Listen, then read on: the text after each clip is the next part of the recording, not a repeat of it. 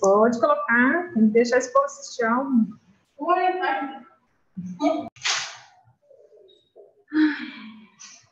Então, boa noite para o pessoal de casa, boa noite para o pessoal que está aqui na sala.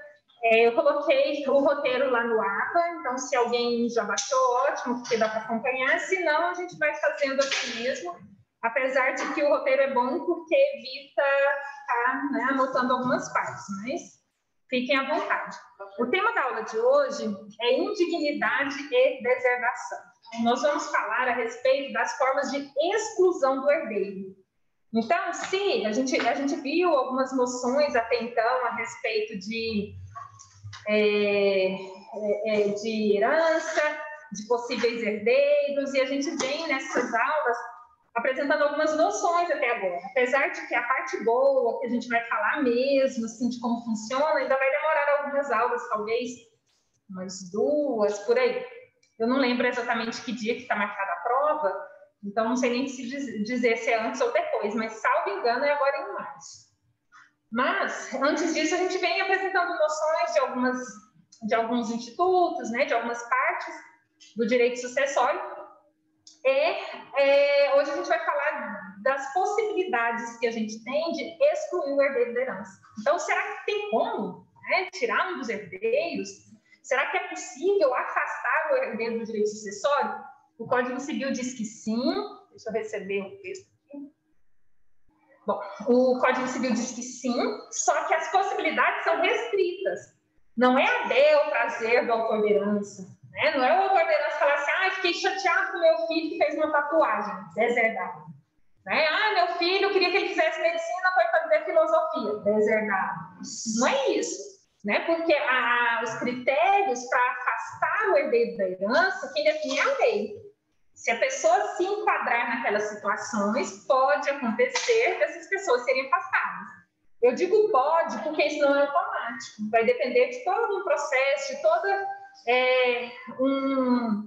a obediência a alguns preceitos legais para a gente chegar a essa situação de afastar ou não o herdeiro do direito sucessório. Professor, oi? Não, pode.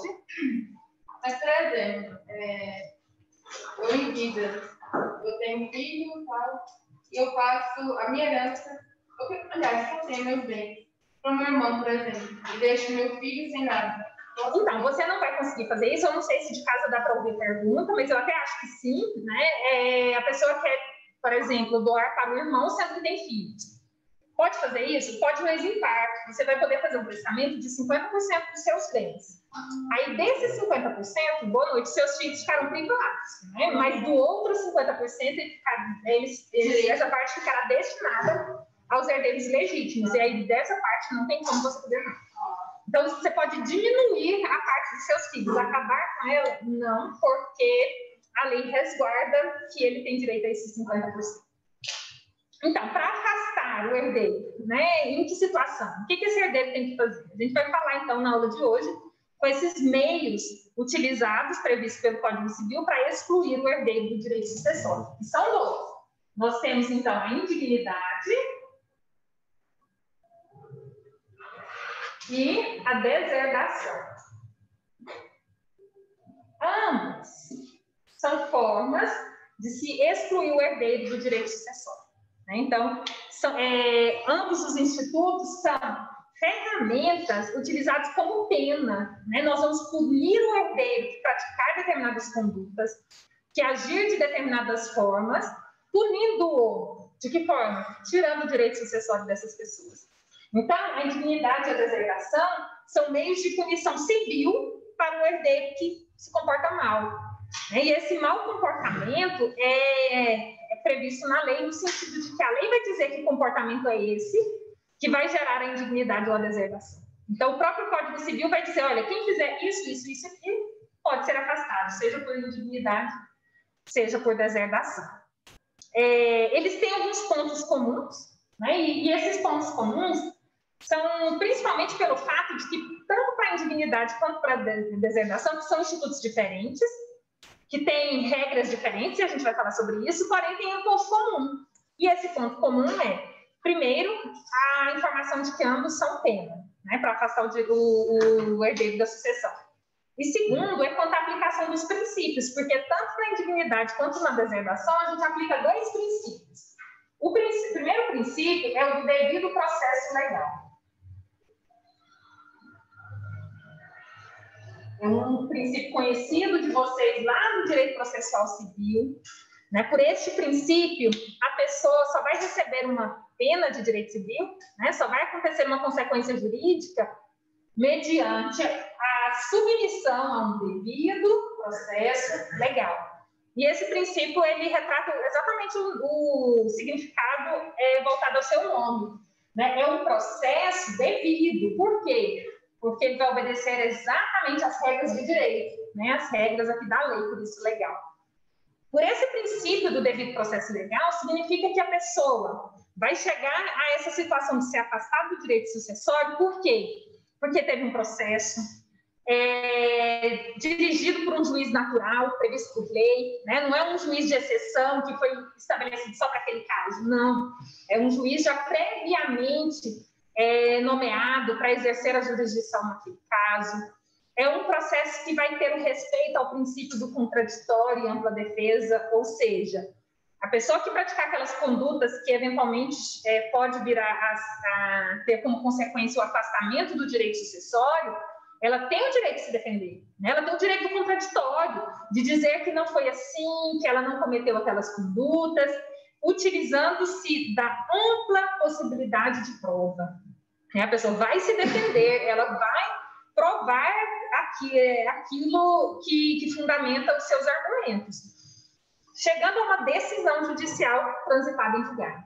Então, por meio de uma sentença judicial transitada em julgado, é que a gente exclui o herdeiro, seja por indignidade, seja por deserdação.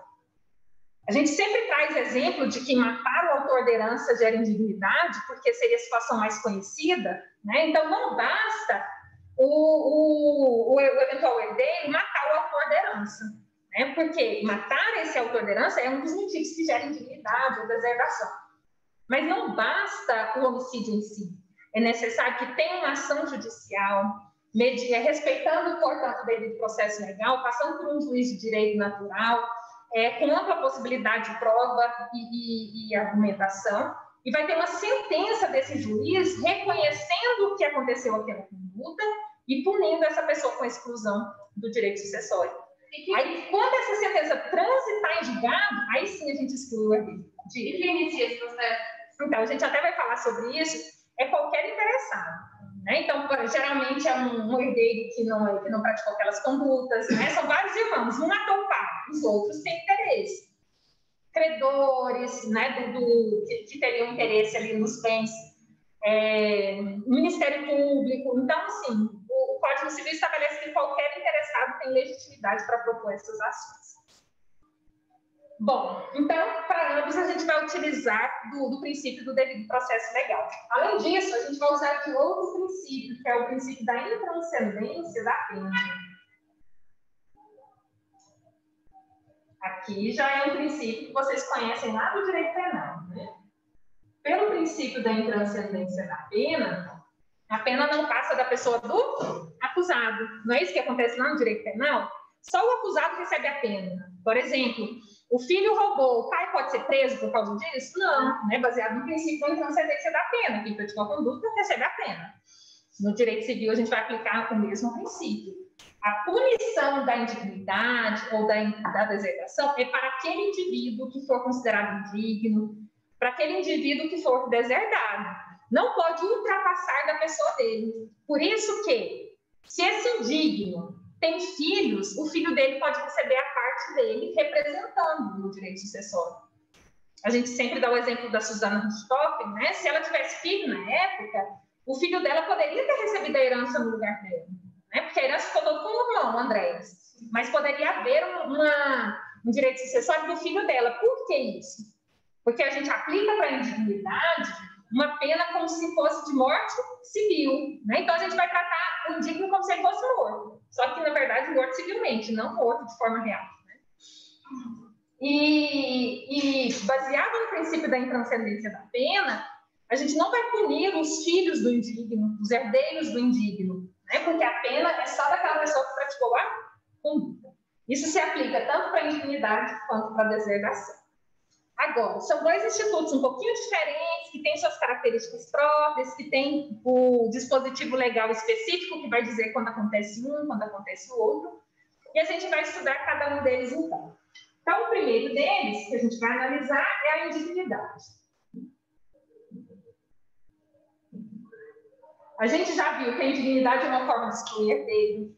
A gente já comentou que ela é uma pena, né, atribuída a alguém que comete determinadas condutas. E agora a gente vai falar das consequências disso e de quais os atos praticados que vai gerar a indignidade. Né? Então, a gente vai comentar esses dois aspectos. O primeiro deles, a gente vai comentar os efeitos da indignidade. Né? Então, a pessoa considerada indigna, o que acontece com ela? Né? Quais são os efeitos da decisão do juiz que reconhecer a indignidade? O primeiro efeito é um efeito pessoal, baseado em quê? No princípio da intranscendência da pena. Né? Então, só irá alcançar a pessoa do herdeiro que praticou determinada conduta. Os descendentes do herdeiro indigno, eles não serão punidos com o afastamento do direito sucessório. Né? Então, o efeito é só daquela pessoa que praticou aquela conduta. Um outro efeito é o efeito retroativo. O efeito retroativo, que é aquele que retorna ao passado, né, é aquele que indica que, a partir do momento que o juiz dá uma sentença de indignidade, aquela sentença não vai valer só dali para frente, ele vai valer ao momento anterior. Por quê? Porque vamos imaginar que, no caso da Suzana, vamos imaginar que ela matou o pai dela no ano 2000, né? Que ano foi mais, né? Que houve a morte do pai. Mas vamos só hipoteticamente, seja no ano 2000. Vamos imaginar que alguém entrou com uma ação judicial só em 2001. Ação de indignidade. Eu não estou falando da ação penal, que para nós não interessa em nada. Interessa, sim, quando vocês forem estudar direito penal, né? Agora, para nós, não interessa. Então, vamos imaginar que em 2001 alguém entrou com ação de indignidade. E aí esse processo demorou, porque até que provou, né? Buscou uma vasta possibilidade de prova, ela se defendeu e tal. Demorou 3 anos e lá em 2004 o juiz deu a sentença. Só que aí vamos imaginar que teve recurso e tudo. Em 2006, essa sentença transitou em julgado. Se a sentença vale só daqui para frente, ficou 6 anos aqui, ela dona do patrimônio, ela pode usufruir, ela pode fazer tudo com esse bem, né? E os efeitos que aconteceram aqui, essa coisa ficou sem dono, o que acontece? O Instituto da Indignidade gera como efeito que a sentença transitada indignada acontece em um certo momento, mas é como se ele já tivesse acontecido no momento da abertura da sucessão, para que resguarde os interesses das pessoas desde o momento ali da morte. Mas nesse período aqui, ela era indigna? Não. Até aqui não, porque a gente precisa de uma sentença judicial. E o patrimônio, como que faz nesse caso? A pessoa tem que ser esperta, né? O advogado tem que saber pedir. Quando você propõe a ação de indignidade, você tem que falar, olha, juiz, eu quero que bloqueie aqui a atuação dessa pessoa, né? Eu quero que esses bens, que o inventário fique suspenso, que essa eventual herdeiro indigno não tenha acesso a esse patrimônio até resolver tudo. Porque se vamos imaginar que faz o inventário aqui extrajudicial 2 dias depois da morte e vide tudo, o que esse herdeiro indigno vai fazer? Gastar tudo, né? Só se ele for bobo, né? De não saber que isso pode acontecer e ele perder tudo. Então, para evitar isso, os outros herdeiros, ou seja, os demais interessados, eles têm que ser espertos, né? Nós temos uma regra de direito que afirma que o direito não ampara os que dormem. Você fica lá esperando, né, cair do céu, às vezes você perde. Então, você tem que ser rápido para a propor ação, fazer o pedido certo para evitar que chegue numa situação do herdeiro indigno já gastar tudo. Porque a gente vai comentar as coisas que aconteceram nesse meio tempo que acontece, mas tem efeito que, muito embora ele é retroativo, tem coisa que não tem como voltar mais. Né? Dependendo do que aconteceu, já era. Né? Então, tem coisa que tem como reverter, tem coisa que não. Então, a pessoa tem que saber pedir e pedir na hora certa, para evitar que tenha algum tipo de prejuízo. Então, pelo efeito retroativo, nós vamos dizer que, muito embora a sentença transite em vigor em uma determinada data, ela retroage esses seus efeitos ao momento da abertura da sucessão. Tá, mas e os atos praticados nesse meio tempo? Né? Os atos de administração do bem, de alienação da coisa. O que a gente vai fazer nesse meio tempo? Esses atos serão válidos. Por quê? Porque a gente tem que prezar pelos interesses do terceiro de boa-fé. Vamos imaginar que nesse meio tempo aqui tinha vacas lá no curral e ela, esse herdeiro indigno, para administrar, para evitar que a coisa se perca, ele alugou o pasto, né? Ele vendeu as vacas. E aí, a pessoa que comprou a vaca, ela vai ter que devolver? Né? Então, a gente tem que prezar pelos interesses do terceiro de boa-fé também. Então, muito embora o efeito é retroativo, porém, os atos de administração e alienação que forem realizados, eles serão mantidos. Por isso que a gente tem que saber pedir, para evitar justamente essa venda antes da sentença transitada em julgado. Porque esses atos são válidos. Outro evento, outro efeito é que os frutos e rendimentos que a herança produziu aqui, eles terão que ser devolvidos. Por quê? O indigno, ele é tratado como se fosse um detentor de má-fé. Não sei se vocês lembram quando vocês estudaram os direitos reais, né? Então tem a pessoa, o possuidor de boa-fé e o possuidor de má-fé. Aquela pessoa que é considerada possuidor de má-fé, ela não vai ter direitos, né? Ela vai ter que devolver, inclusive, não o bem principal, não só o bem principal, frutos e rendimentos também. Se fosse de boa-fé, não, né? Devolver só o principal. E aí, os frutos e rendimentos que a pessoa, né? Tudo que ele está usufruindo nesse meio tempo aqui, ele tem que devolver. Além disso, como efeito da sentença de indignidade, se esse indigno tem filhos, né, e esses filhos vão assumir a parte dele, representar o herdeiro indigno nesse direito sucessório, isso é admissível porque baseado no princípio da intranscendência da pena. Porém, o indigno não tem o direito de usufruir dessa coisa, de administrar o bem do seu filho. Né? No caso da Suzana, se ela tivesse filho, ela não podia administrar o patrimônio, ela não podia cuidar dessa criança e dos bens dele, uma vez que ela estaria usufruindo de forma indireta da coisa, nem futuramente se ceder.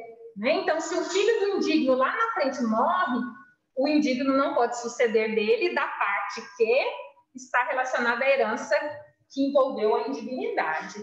Então, e vamos imaginar, a pessoa matou o marido, aí ficou a herança do marido e a viúva foi indigna em razão da morte do marido. Tem o filho, né? E o filho vai receber essa herança. O cônjuge vivo não pode administrar, o outro cônjuge está morto. Quem cuida dessa criança? Se for o caso, o juiz vai nomear o responsável para cuidar dessa criança, não necessariamente da criança, dos bens. Não é porque da criança, se essa mãe que é indigna, ela não tiver nenhum motivo que gera destituição do poder familiar, ela pode cuidar da criança.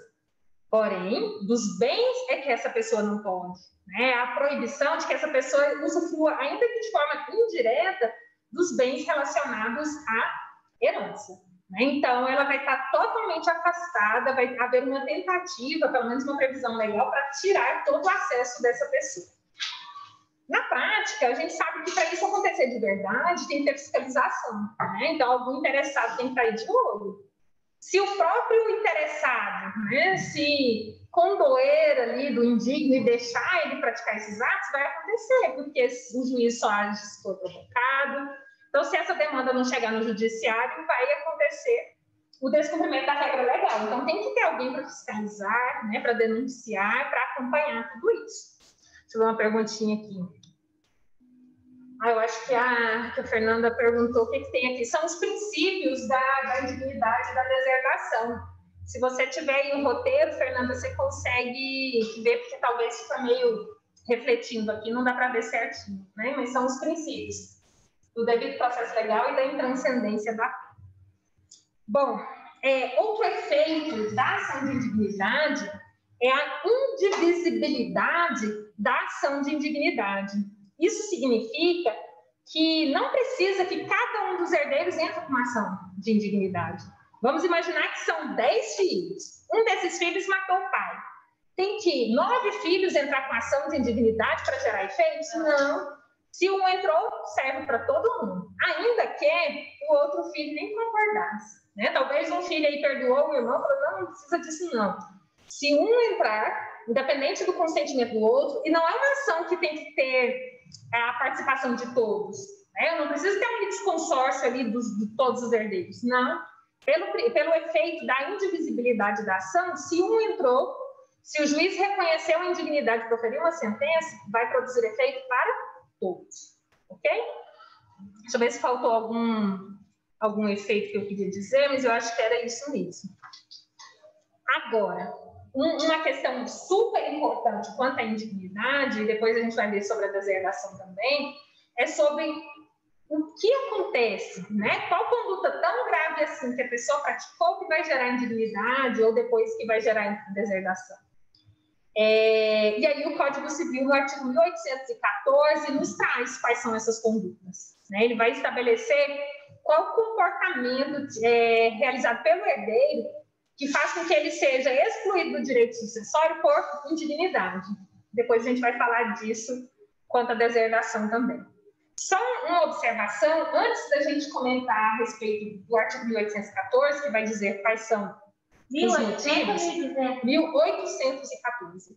Um ponto importante para a gente diferenciar aqui a indignidade da deserdação é que a indignidade vai ser aplicada para a sucessão legítima. Então, é uma maneira de se aplicar a exclusão da herança para os herdeiros legítimos. E a deserdação será aplicada na sucessão testamentária. Então, quando eu quero afastar um herdeiro por meio de testamento, é deserdação. Quando eu faço isso perante os herdeiros legítimos, por indignidade. Essa máscara deixa a gente com falta de ar. Não. Vocês calorentos de plantão, agora fica calor, né? Não deu calor, não? Mas não tem problema, não. Você pode trazer um casaco na próxima aula. Bom, então a gente vai falar as regras do artigo 1814 do Código Civil, que vão prever situações. São 3 incisos que estabelecem quando acontece a indignidade para afastar, então, esse herdeiro. Então, nós temos 3 incisos previstos aqui no 1814. Eu coloquei lá no roteiro e acho que Oi? Por indignidade é só por inventário? Não necessariamente. Depois que acontece a indignidade, a gente vai levar isso para o inventário, né? Para que justamente tire aquele herdeiro da herança. Então, aquela sentença de indignidade, ela vai ser levada para o inventário. Mas você não faz a indignidade pelo inventário, é uma ação própria, né? Uma ação declaratória de indignidade. É a deserdação. Isso. Quando a pessoa quer fazer por testamento, ela faz a deserdação. Portanto, a gente pode concluir que não é possível a pessoa ser considerada indigna por testamento. Não tem como. Né? Isso é feito por meio do testamento e seria só a deserdação. Bom, eu só vou colocar aqui o que diz o inciso 1º do 1814, porque é um artigo, aliás, um inciso com tanto detalhe que eu quero comentar com vocês cada um desses detalhes, tá? Só para a gente não passar nada batido.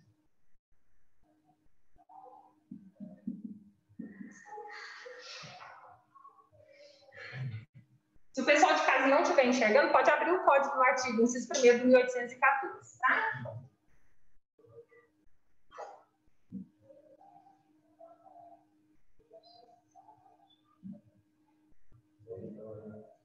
Oi, Gabriel. Tudo bem? Extremista? Não. Concorda comigo, Gabriel? Exatamente. Obrigada. Você terminou, eu estou lá todo mundo já. Eu acho. Eu me lancei a gente pediu quando eu estava correndo, 33. Nossa, eu tô correndo. Talvez esse frio aí seja Covid, né?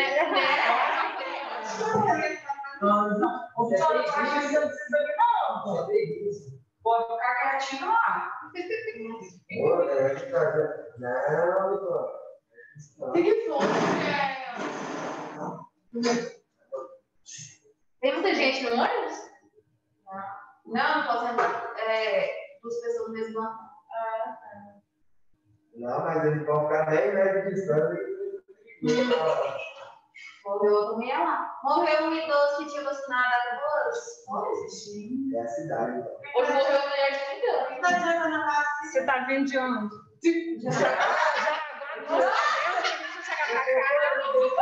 Acho que Jaraguá tinha que ser proibido.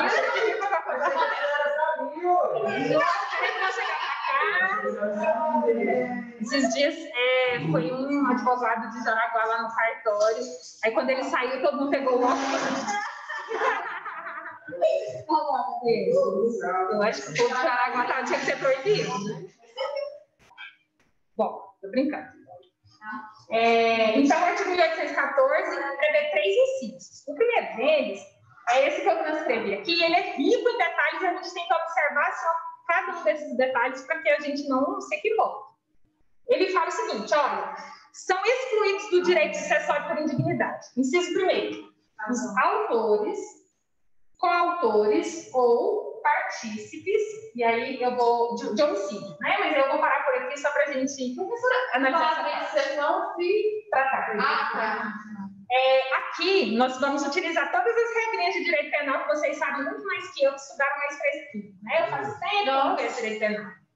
Então, olha só, o código fala autor, coautor e partícipe, ou partícipe. Então, pouco importa o tipo de participação no evento doloso, né, naquele crime, pouco importa a prática da pessoa. Se ela participou de qualquer uma das formas a fim de alcançar aquele resultado, ela pode ser afastada do direito sucessório. Então, no caso da Suzana, parece que ela abriu a porta, ela facilitou a entrada das pessoas em casa, não foi ela que desferiu os golpes, né? Então, ela teve uma participação no crime, e aí eu não sei se ela foi punida por coautoria ou por participação, mas pouco importa o tamanho da sua participação.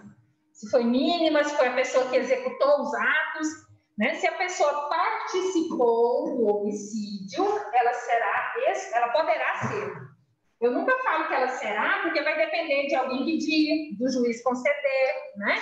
Então, ela poderá ser afastada, independente do tipo de participação, né? Se ela praticou o ato principal ou se ela praticou os atos acessórios ali. Se ela participou de qualquer modo do crime, ela pode ser punida, então, pela indignidade. Então, autor, coautor ou partícipe de homicídio doloso ou tentativa. Né? Então, homicídio doloso é aquele em que a pessoa quer ou assumiu o resultado. Oi? Isso, né? Então, homicídio doloso é aquele que a pessoa quer o resultado ou assumiu o risco desse resultado. Né? Então, não necessariamente só quando ela quer. Né? Se ela assumiu o risco, também é homicídio doloso. Portanto, o culposo está fora. Né? Nossa, a pessoa matou o pai porque ela foi negligente, porque ela foi imprudente ou imperita, e aconteceu aquele homicídio culposo. Aí não cabe indignidade. Né? Aqui a pessoa quer o resultado ou assume o risco que esse resultado aconteça. Né? Então, se a pessoa pratica um homicídio doloso, não gera indignidade. É uma informação importante. Né? Talvez uma provinha ali de OAB caiu um peguinha bobo, só substituir o doloso por culposo aqui já está tudo errado. Né? Ou tentado, né? Olha só, não precisa esse homicídio estar consumado. Se houver tentativa, cabe também indignidade. E aí, quando a mulher perguntou assim, quem pode propor a ação? A vítima também pode. Né? Então, o autor da herança, se o crime for tentado, ele pode propor porque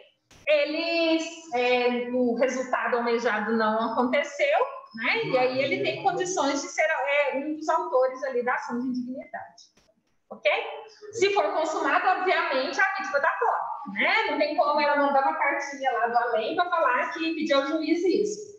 Então, pouco importa se esse homicídio foi consumado ou meramente tentado, gera indignidade. Né? Outro ponto importante é que o homicídio foi realizado contra quem? Porque a gente sempre pensa que o homicídio foi realizado contra o autor da herança, mas não necessariamente. Olha só, esse homicídio pode ser a pessoa de cuja sucessão se tratar, ou seja, o autor da herança, né? Então, aquela pessoa, digamos, o dono da grana toda, né? A pessoa que vai deixar a herança.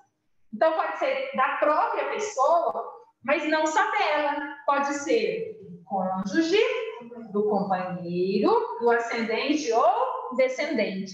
Então, se você mata seu pai, pode gerar indignidade. Se você mata a mulher do seu pai, que pode ser sua mãe ou não, né? Gera indignidade. Se você mata os pais, avós, bisavós do seu pai, pode gerar indignidade da herança do seu pai. E se você mata os filhos, netos, bisnetos do seu pai. Os irmãos são colaterais, eles não estão nessa listinha aqui. O código definiu, olha, você praticar homicídio contra quem gera indignidade? Ele previu contra a própria pessoa, né, o dono da herança, contra cônjuge ou companheiro, ascendente ou descendente. Então, se você mata irmão, tio, primo, não gera indignidade. Vai gerar se for a pessoa, cônjuge ou companheiro, ascendente ou descendente. Tem mais um detalhezinho aqui desse inciso que a gente não pode deixar passar desapercebido. Eu posso matar meu irmão se você matar meu irmão. Isso, se você matar o seu irmão, gera porque seu irmão é filho do seu pai, né? Aí sim, aí tá ok. E aí tem um outro detalhe desse inciso que a gente não pode deixar de ver, que o código fala assim, olha, o autor, coautor de homicídio, ele não fala de crime de homicídio. Ele fala assim, olha, o autor de homicídio. A doutrina interpreta isso da seguinte forma. Se, independente de um resultado penal para dizer que houve crime de homicídio, ou seja, independente de uma ação penal condenatória, pode haver a indignidade ainda que não tenha o resultado penal. Então, são ações autônomas. Talvez a ação penal está tramitando, a civil também, e a civil termina primeiro. E na civil, depois de respeitar todo o devido processo legal, o juiz fala, essa pessoa que é indigna. Dá a pena de indignidade, ainda que não tenha responsabilidade penal ainda. Então, o fato do código não dizer crime de homicídio, a interpretação que se dá é, talvez não tenha punição penal nenhuma. No civil, ele pode ser punido. Aí tem autor que fala assim, tá, mas se no civil ele for punido com a indignidade, no penal ele for absolvido. Será que aí a gente vai mudar a sentença do civil? Oi? Nesse caso, pode recorrer. E aí, né? Não cabe ação rescisória, primeiro ponto, porque não está na previsão da rescisória. O entendimento que se tem, aqui tem divergência doutrinária, mas a maioria dos autores fala o seguinte, são ações autônomas, de competências diferentes, e o juiz civil é tão competente para analisar o processo civil quanto o juiz penal do penal. Então, ainda que ele seja absolvido no penal, vai prevalecer a do civil se ela aconteceu. Então, nesse caso, ele pode até ser absolvido no penal, mas ele pode ser considerado indigno no civil, se o juiz do civil assim entender. Então, um detalhe muito importante que passa totalmente desapercebido, porque quem presta atenção nisso, né? Porque falar do autor de homicídio, você vai pensar, então, a pessoa que foi penalizada no penal. Não. É a pessoa que praticou o homicídio independente de um resultado do direito penal. Professor, Okay? você falou bem de ascendente ou descendente, companheiro. No caso, quando você falou irmão, o irmão, se você mata seu irmão, você Então, essas pessoas são todas parentes do autor da herança. Então, por exemplo, vamos imaginar que quem morreu foi o João. E aí, quando eu falo assim, olha, contra a própria pessoa, seria o João. Quando eu falo seu cônjuge ou companheiro, é o cônjuge ou companheiro do João, né? E não de quem matou. Quando eu falo o ascendente, é o ascendente do João e descendente do João, e não de quem matou. Vamos imaginar que quem matou foi um filho aqui. Eu não estou falando do cônjuge do filho, o ascendente ou descendente do filho. Até no exemplo dele, ele falou irmão, mas é porque ele tinha pensado assim, olha, esse aqui mata o irmão dele, né? E aí gera indignidade porque o irmão dele é filho do João, né? É descendente do João. Aí gera. O que você tem que ver é essas pessoas aqui, cônjuge, companheiro, ascendente ou descendente, é do autor delas, não de quem praticou a conduta. Ok? Que é uma informação extremamente importante. Porque se só gera se for... Se quem matou... Porque vamos imaginar que quem matou foi esse F aqui. Esse F matou o seu cônjuge, né? Esse cônjuge dele é o que do João? Nada. Nós estamos... Nora, né? E aí Nora não é. Então, nada para o direito sucessório. Esse João aqui, nós estamos falando da herança dele. Então, ele não matou nem ele, nem o cônjuge ou companheiro dele, nem descendente, nem ascendente. Ele matou o seu próprio cônjuge.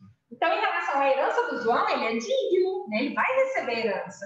Agora, se a gente for analisar a herança do cônjuge dele, aí muda de figura. A gente está falando da herança desse. Então, as pessoas relacionadas a ele que vai gerar a indignidade. Ok? Deixa eu ver se tem perguntinha aqui. Beleza. Se tiver pergunta, pessoal de casa pode falar, tá? Os daqui da sala também, fiquem à vontade. Tá tudo entendido aqui? Beleza. Segundo inciso.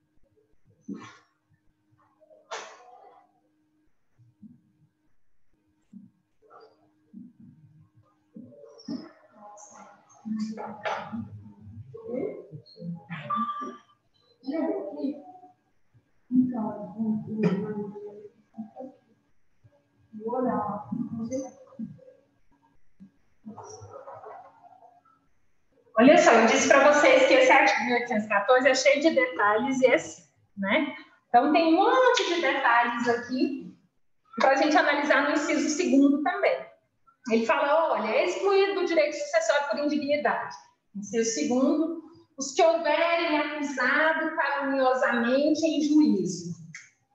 Essa conduta aqui, acusar caluniosamente em juízo, ele corresponde, deixa eu ver só qual é o artigo, ao artigo 339 do direito penal, do Código Penal, que é o crime de denunciação caluniosa. Então, se a pessoa denuncia caluniosamente em juízo alguém, isso significa que você vai lá no juiz, é em juízo, não é na delegacia não, né? Você vai lá no juiz e fala, olha, fulano praticou tal crime, né? Eu vou acusar caluniosamente, ou seja, de forma enganadora, né? Mentirosa, que alguém praticou um crime que na verdade não cometeu. Porque se eu acuso alguém de cometer um crime e ela cometeu, tá tudo certo. Você só levou a informação adiante, né? No máximo você foi um fofoqueiro, você só levou a informação. Agora, se você acusa caluniosamente, ou seja, de forma errada, equivocada, mentirosa, em juízo, ou seja, perante o juiz, uma pessoa de praticar um crime que ela não cometeu, é o crime de delação caluniosa. Olha só, aqui não está falando que os que houverem praticado o crime dele. Então, nós vamos aplicar a mesma regra do homicídio. Basta acusar caluniosamente em juízo para que aconteça a possibilidade da indignidade.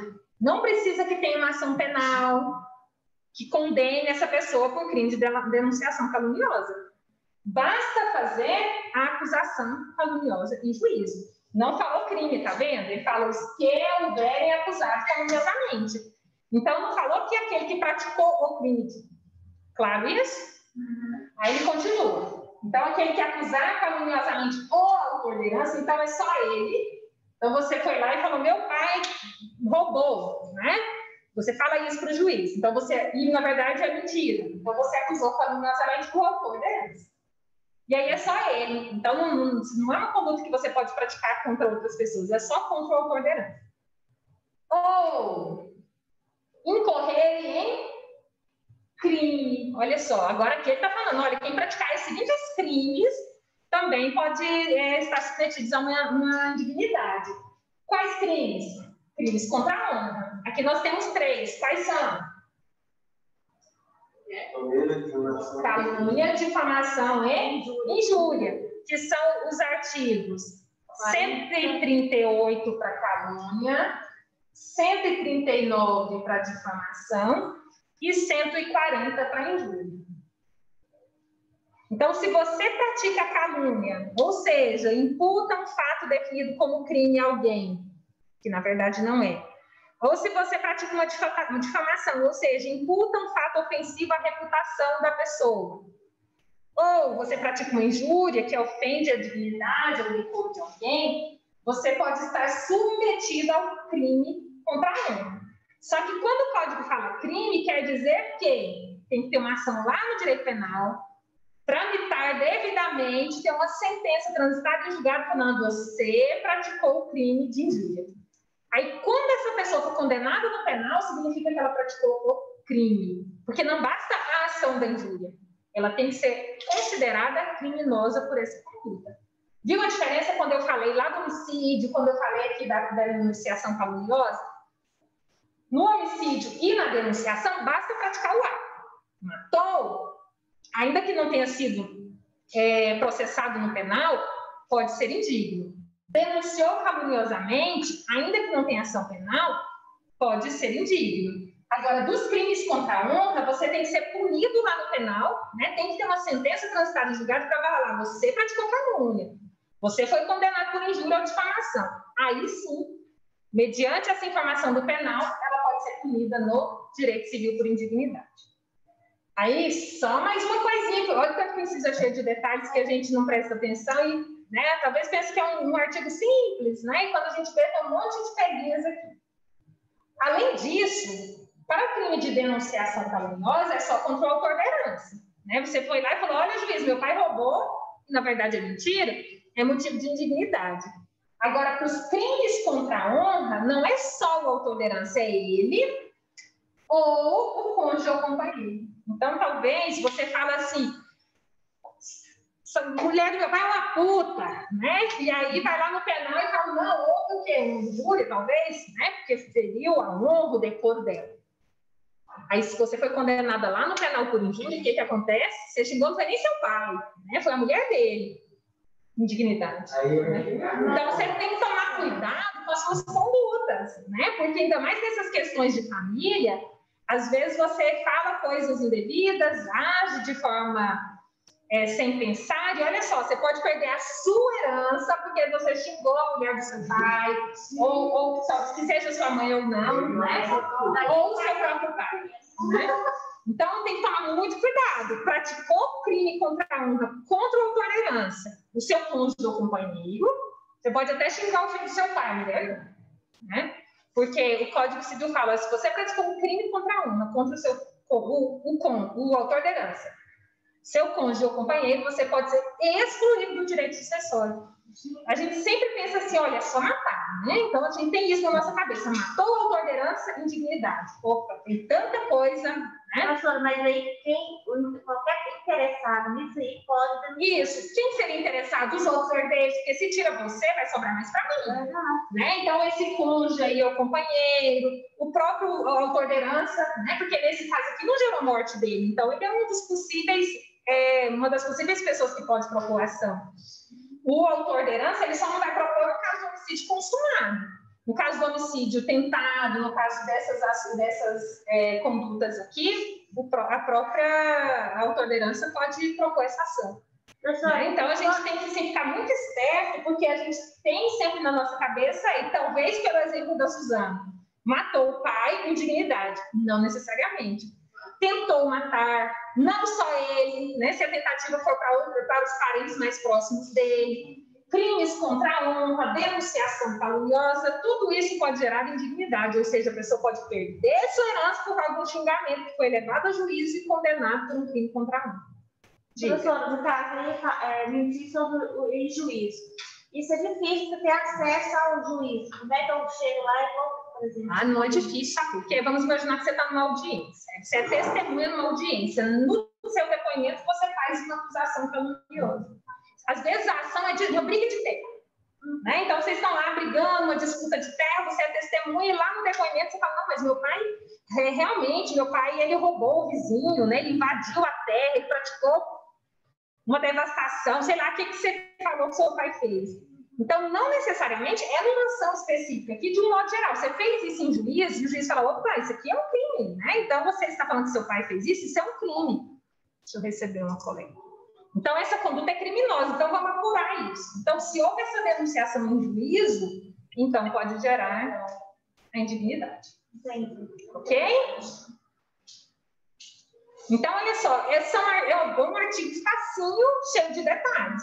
E se a gente não presta atenção no detalhe, principalmente numa prova tipo OAB, que não tem consulta ao código, então uma palavra culposo, ou tentado, ou crime, né? Talvez faz com que você errasse ou por falta de atenção ou por desconhecimento, né?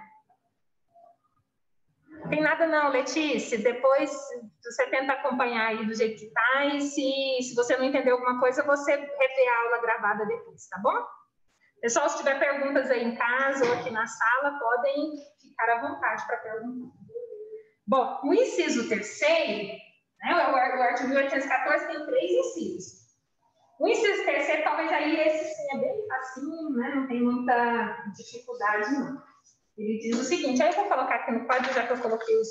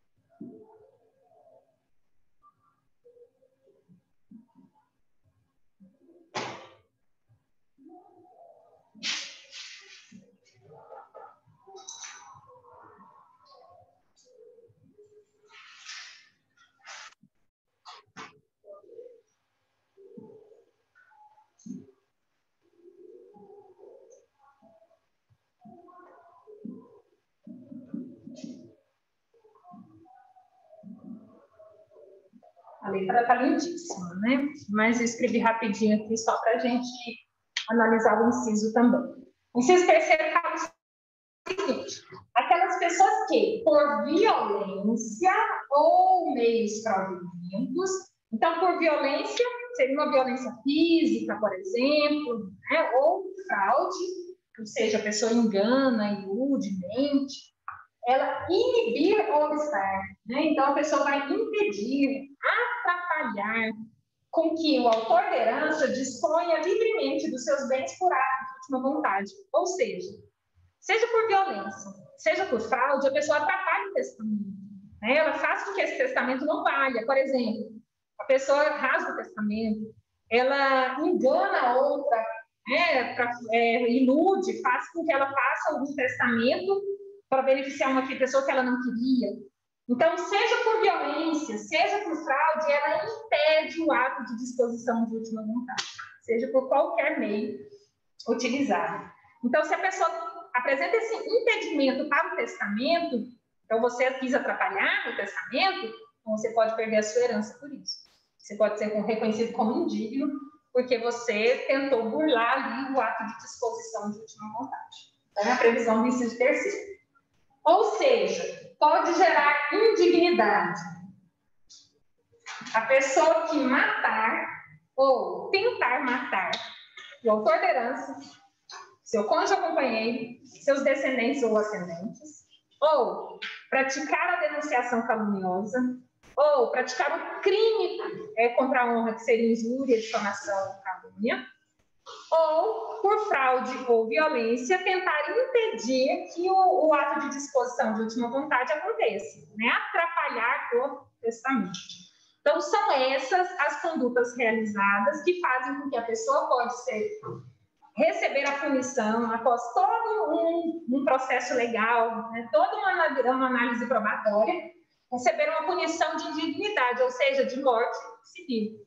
De considerar essa pessoa como se ela estivesse morta, muito embora ela esteja viva. Mas essa consideração como morta é só para efeito sucessório, né? Ela só não pode receber herança, as outras coisas ela pode fazer normalmente. E aí a consequência que a gente traz para o indigno é justamente a não possibilidade de ser considerado herdeiro de uma pessoa. Ok? Perguntinhas? Não?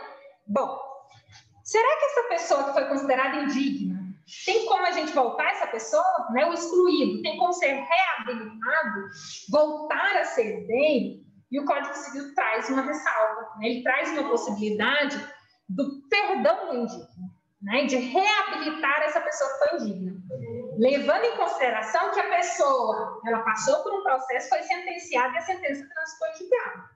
Então, nós temos lá uma sentença falando, é indigno, mas eu quero trazer essa pessoa para o direito sucessório de novo.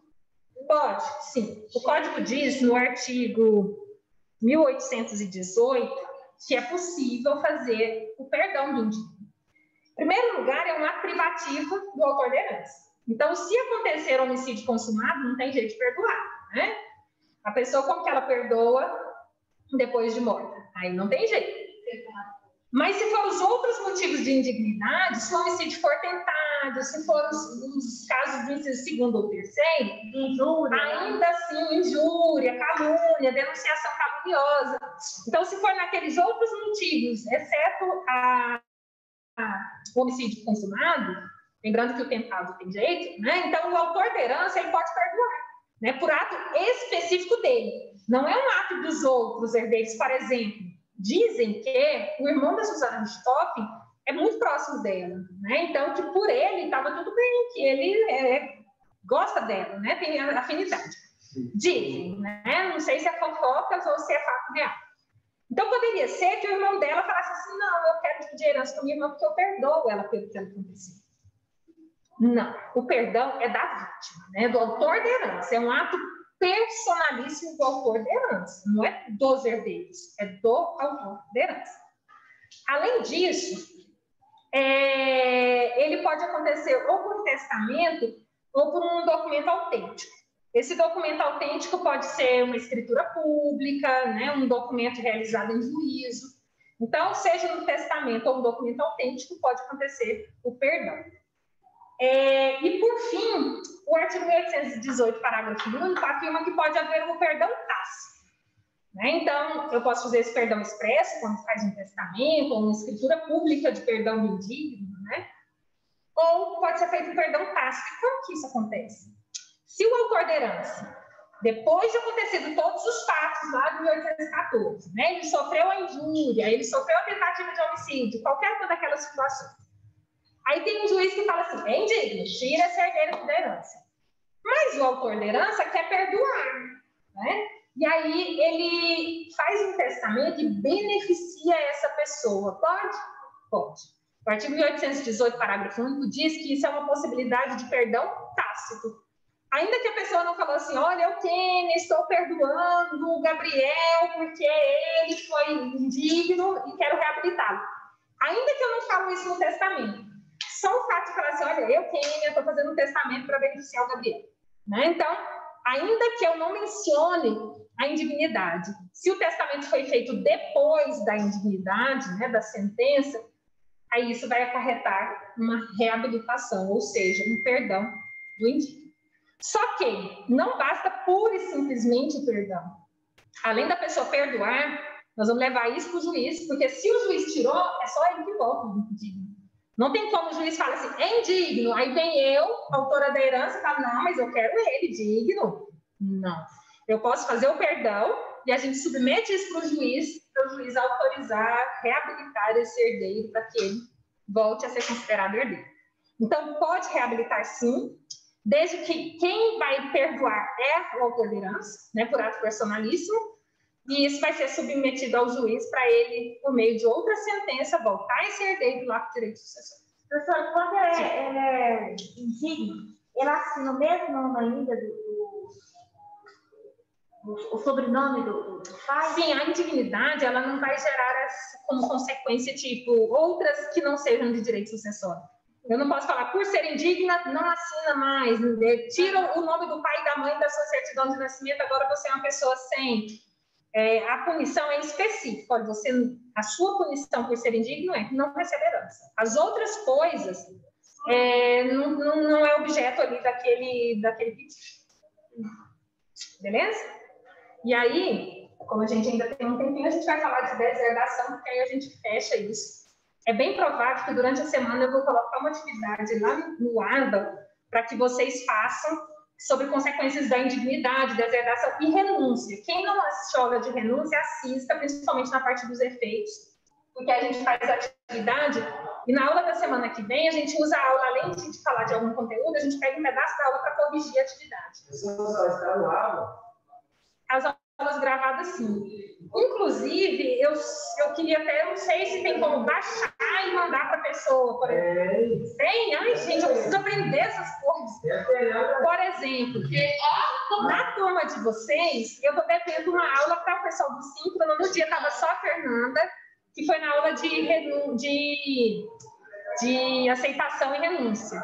Eu tenho essa aula bonitinha da outra turma, eu não queria gravar de novo, né? Eu queria só pegar e passar para vocês. Eu não sei fazer isso. Se alguém souber, quiser, por favor. O link. Não sei. Certo que tem que baixar o vídeo e mandar, né? Ainda que a gente mande por WhatsApp ou por algum meio, porque aí eu não preciso gravar a aula toda de novo, né? Tanto é que hoje, quem estava no dia era só a Fernanda, mas eu não sei se mais alguém perdeu. Eu vou fazer essa tentativa e a gente só vai ver com a aula da semana passada, eu acho que não tinha internet, depois que eu esclarecer se tem essa possibilidade, tá? Se alguém souber, me avise, por favor, como fazer. Eu vou fazer essa tentativa de baixar e mandar de alguma forma. Porque aí eu já dei aula 2 vezes, imagina gravar de novo, né? Às vezes, se não tiver jeito, eu vou gravar, mas se tiver, fica bem mais fácil, porque ela já está pronta. Então, se alguém descobrir como faz aí, me conte, por favor. Bom, e então, para a gente completar a aula de hoje, nós vamos falar de deserdação. A deserdação é bem parecida com a indignidade, né? É uma forma de excluir o herdeiro do direito sucessório, só que ela vai acontecer por testamento. Como assim? Um dos herdeiros comete as condutas, e a gente vai falar das condutas daqui a pouco, e o autor da herança vai fazer um testamento para falar, olha, eu quero tirar essa pessoa do direito sucessório, né? Eu quero excluir esse herdeiro por causa dessa conduta. Então, a deserdação, ela acontece por um ato do autor da herança, né? Ele, mediante aquelas ações do herdeiro, ele pune, falando assim, olha, eu tiro você, é o famoso eu te deserdo, né? Que a gente vê na novela e no filme, só que o motivo não é criado na cabeça do autor da herança, não é ele que escolhe o motivo, é a lei. Então, a gente já tem os motivos que a gente vai falar daqui a pouquinho, para dizer assim, olha, isso aqui causa deserdação. Se o herdeiro praticou esses motivos, o autor da herança faz o testamento e fala, você está deserdado. Aí não precisa ir lá no juiz? Precisa, né? Lembra que a gente falou que o ponto comum era a aplicação dos 2 princípios? Nós vamos pegar esse testamento, levar lá para o juiz e falar, olha, juiz, tem um testamento que está deserdando. O juiz coloca aqui deserdo. É mais assim, a função do juiz é analisar se o testamento é válido, né? E se realmente aconteceu aquela conduta. Então, eu falo, eu estou deserdando por esse motivo. O juiz vai verificar se aconteceu, se o testamento é válido e fala que está deserdado. Então, de todo modo, vai levar para o juiz. Mas a iniciativa de deserdar é do autor da herança. Faz um testamento para deserdar. Inclusive, a deserdação é uma cláusula testamentária, né? Então, vai ser uma parte do testamento. A pessoa pode fazer um testamento só para deserdar? Pode. Ou ela faz um testamento para diversas coisas e uma delas é a deserdação. Então, talvez no testamento ela distribui herança, ela nomeia tutor para o seu filho, ela faz um monte de coisa, mas além disso ela deserda um dos herdeiros. Então, é uma cláusula do testamento.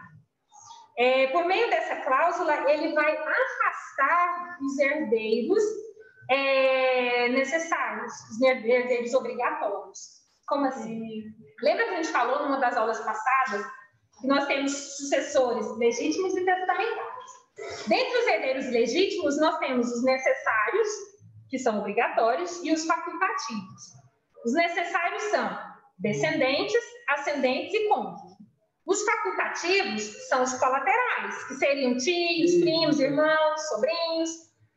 Se eu quero fazer um testamento, se eu quero afastar os colaterais, que são os facultativos, eu nem preciso deserdar, né? Eu posso simplesmente fazer um testamento beneficiando outras pessoas, que esses herdeiros facultativos, eles já ficam fora. Então, a função da deserdação é afastar o herdeiro necessário. Por quê? O herdeiro necessário, obrigatoriamente, ele vai ser herdeiro. Né? A lei garante que, no mínimo, 50% eles têm de herança. E aí, se eu quero afastar um desses herdeiros necessários, a única maneira é acontecer indignidade ou deserdação. Se quiser afastar por iniciativa do autor da herança, ele faz um testamento e tira os herdeiros necessários. Então, uma das características importantes da deserdação é que é uma cláusula do testamento para afastar herdeiro necessário. Porque, se for para afastar herdeiro facultativo, eu não preciso deserdar. Eu posso fazer um testamento e dou tudo que eu tenho para quem quiser. Então, é para afastar herdeiro necessário. Ok? Legal. Bom,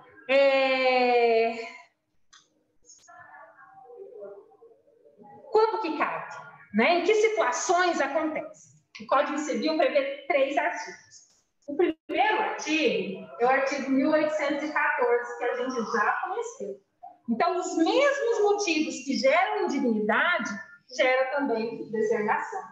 Então, se acontecer homicídio, se acontecer crimes contra a honra ou denunciação caluniosa, se a pessoa por violência ou fraude atrapalha ao ato de disposição de última vontade, gera indignidade, mas gera deserdação também. Lembre-se que quando a gente fala do inciso primeiro, que é o do homicídio, se for homicídio consumado, aí não vai ter jeito. Né? Porque se a vítima morreu, como que ela faz um testamento para deserdar? Aí não tem jeito. Mas nas outras situações de homicídio tentado e inciso segundo e terceiro, cabe tanto indignidade, aí quem propõe a ação de indignidade é algum interessado no Ministério Público, quanto cabe deserdação, que é um ato do autor da herança que vai fazer um testamento. Quando esse autor da herança morrer e levar esse testamento a juízo, aí entra a situação de deserdação para excluir. Sim. Mas não, na verdade, não é uma ação lá do penal, uma ação do civil para gerar a deserdação. Aí são, tipo, o autor, independente de ter do penal, né, tem a do civil. Além disso, nós temos o artigo 1962 e o artigo 1963 do Código. Esses artigos são muito parecidos. Né? O 1962, ele traz regras dos descendentes para os ascendentes. E eu já vou explicar. E 1963 é do ascendente para o descendente. E aí, deixa eu ver se eu abro ele aqui, só para a gente... Só para a gente comentar inciso por inciso. Em 1962 diz o seguinte: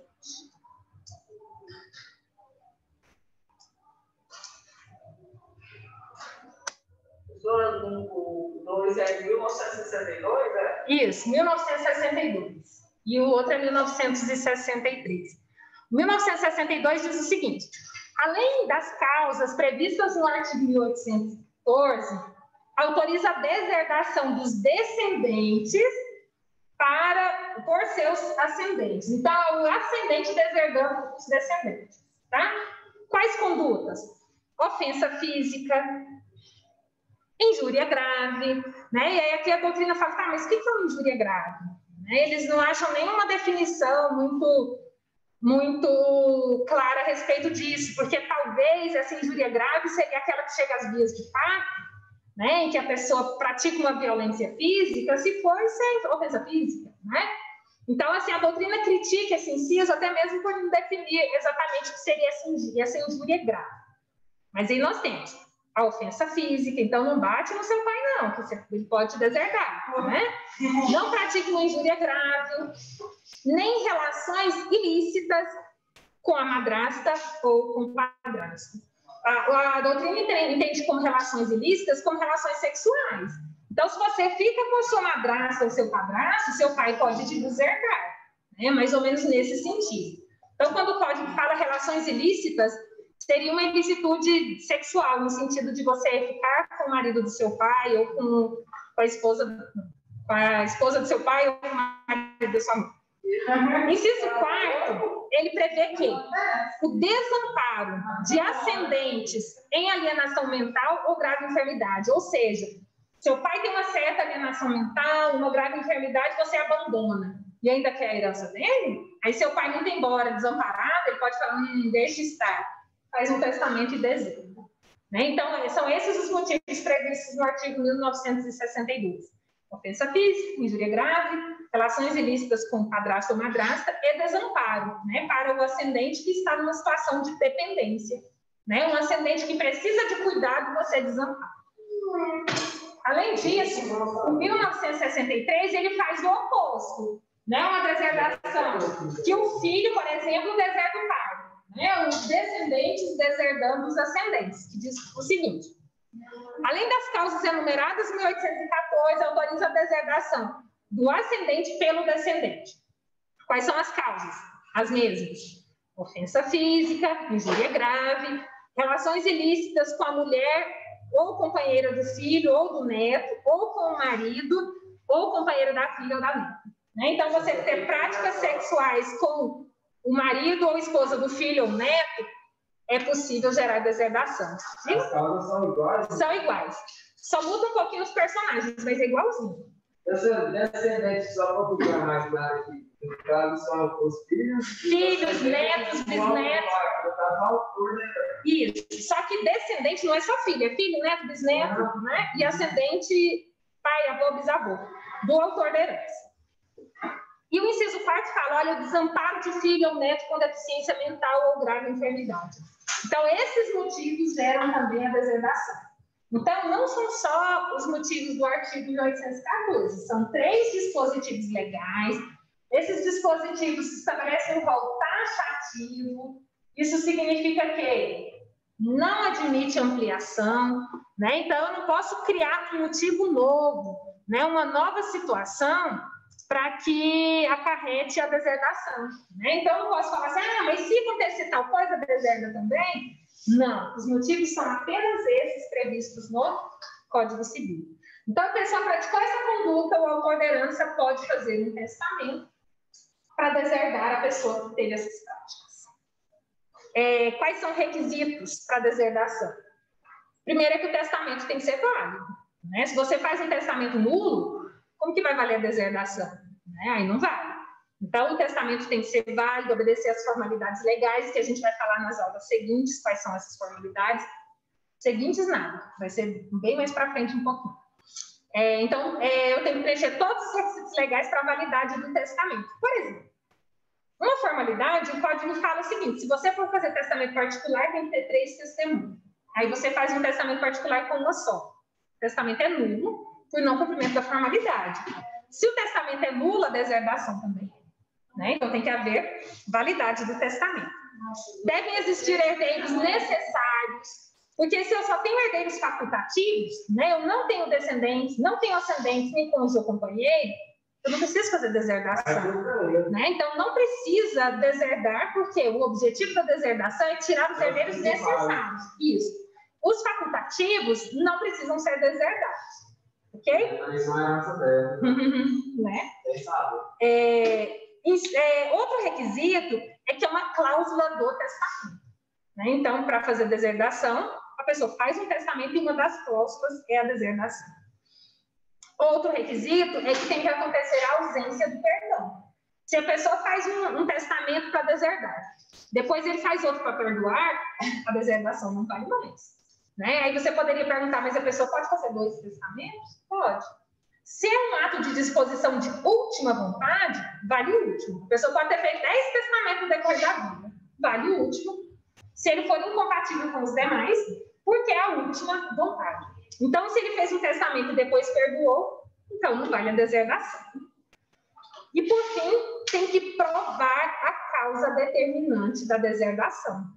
Então, quando a pessoa deserda, ele vai falar assim, olha, eu estou deserdando por esse motivo, ó, pela calúnia que aconteceu.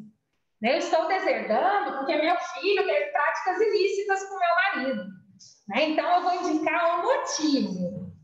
Aí, baseado nesse motivo, eu faço o testamento. Só que eu vou ter que provar, eu não, né? Porque provavelmente isso vai acontecer depois da morte. Vão ter que provar, né, quem propuser essa ação, de que aconteceu aquele motivo. Então, tem que haver a prova da existência dessa causa determinante. Senhora, dá um exemplo do ascendente e do descendente. O ascendente sendo deserdado pelo descendente. né? O seu pai, né, tem práticas sexuais com a sua mulher, aí você pode deserdar seu pai. Eu deserdar meu pai? Isso, porque assim como você herda dele, ele pode herdar de você, porque se você morrer primeiro. Né? Então, assim, a gente está numa fila, né, de senhas e a gente não sabe que senha será chamada primeiro. Então, a gente, tanto o pai herda do filho, quanto o filho herda do pai, a gente não sabe quem morre primeiro. Né? Então, pode acontecer de todos os lados. Ok? Perguntas? Pessoal de casa tem pergunta? Né? Vai ficar bom. Mas até lá, Gabriel, você já está aqui. Tem muita.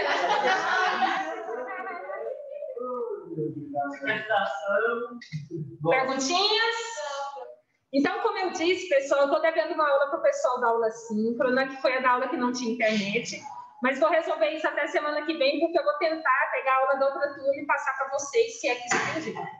Se não, eu gravo a aula e disponibilizo uma aula gravada lá no áudio, tá bom?